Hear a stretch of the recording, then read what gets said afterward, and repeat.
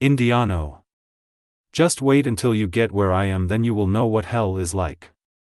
You mean to say that where you are is not a world of nothingness? Because existing in any form and anywhere is better than the emptiness that is awaiting for us. Let us not talk of something that no one knows beyond our terrestrial existence, and why we must believe in a supreme maker. Tell me, where did you get 180 men? You had many deserters and nobody wanted to join you. Yes, and only the aged wanted to come. I avoided them. Because it is better to teach the young than to straighten the old. But I still brought a few of them along with some of the 13 of fame. With the great pilot Bartolomé Ruiz, we sailed to the Island of Pearls. Here we contemplated what course to take. We decided not to stop in any of the places where we stayed before. We anchored on the Bay of St. Mateo, Ecuador, on February 11th. It took months to achieve what had taken us years to get to this place.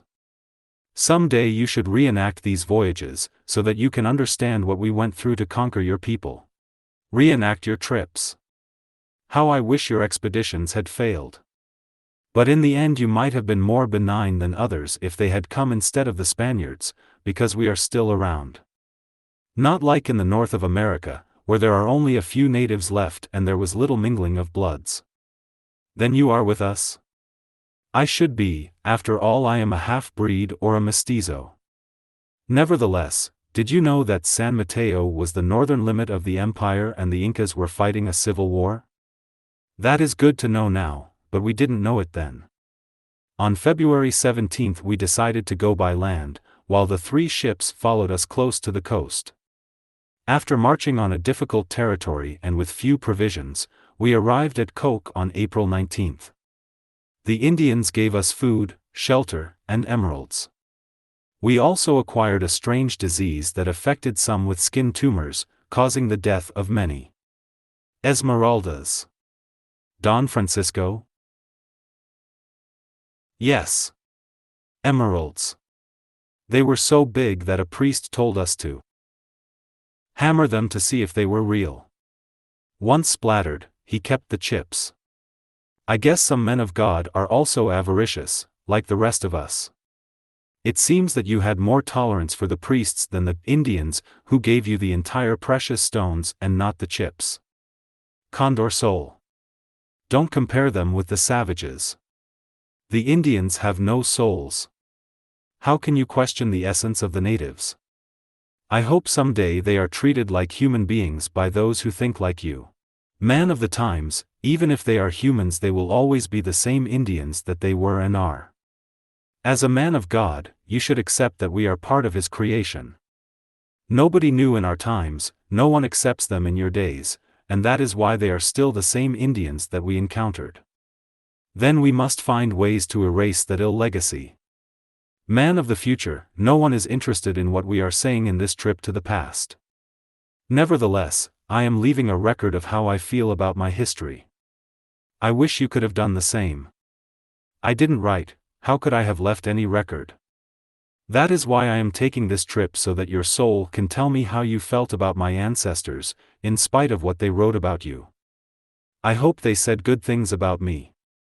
Your brutal legacy has been and is still written in golden letters. You are in the glory on earth, but I don't know if you are in the grace of God. I hope you are burning in hell, if there is any. Kono. You really despise me for what I did. You will hate me more for telling you how I felt about the Indians. To us, a dog was more valuable than the natives. What else can I tell about your ancestors? Don Francisco, 500 years later those same feelings are still palpitating in the hearts of many. Whereas you disliked the Indians for personal idiosyncrasies, in our days mankind despises them because they don't have the guts to recover what was theirs. You are blaming the whole world for their problems. How about the butchery committed among themselves? I told you once, the worst enemies of the Indians are the Indians and the mestizos. As you have said, they were savages. What is your excuse? You had the wisdom of the ages, and the guidance of a true God. So, we alone are not to be blamed. Don Francisco, that is what I have been trying to tell you. This is not an encounter to place culpability on you or your people, but finding ways of mending what the old world did to us and what are we doing to ourselves in an occupied new world. Cynical words to express what you feel about us. We stayed in Coke suffering hunger and disabling diseases. Being short of supplies, I sent one ship to the Isle of Pearls to get provisions, a second to Panama to pay our debts, and a third to Nicaragua to bring more soldiers, horses, dogs, and Indian slaves. Sometime after, a caravel arrived with the bureaucrats, who were left in my hasty departure from Spain.